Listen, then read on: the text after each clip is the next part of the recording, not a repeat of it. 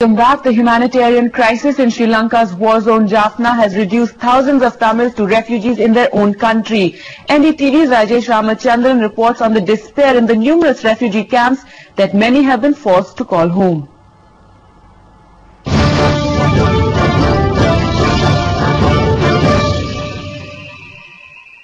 Homeless victims of a war for a homeland at the Church of St. Nicholas in JAFFNA, the most recent refugee camp in town.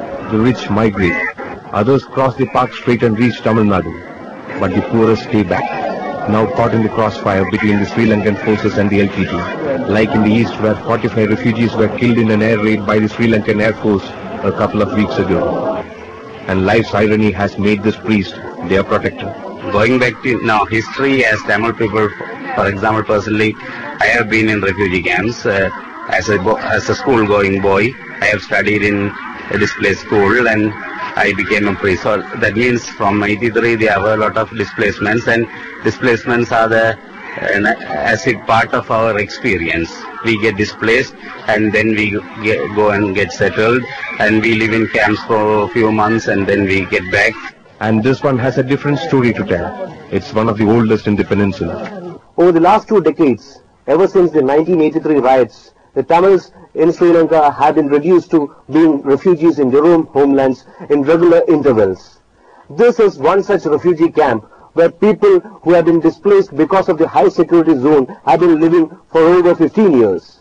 When the army fortified the Palali air base, it took over a huge area of land all around the air base. And since 1991, these Tamils, once proud farmers who owned small land holdings, have been evicted from the most fertile land in JAFFNA, and one possible reason for the severe food shortage here.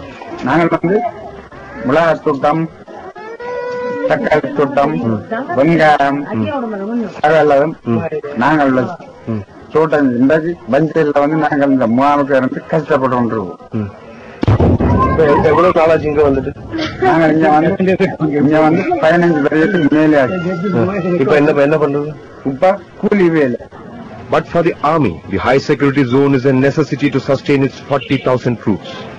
Before 11th August, JAFFNA is largely self-sufficient. JAFFNA never had any problems.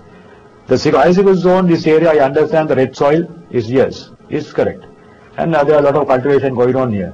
But when it comes to country's requirement, all the other things come second priority. It's a national requirement. People should understand that. It's a national requirement.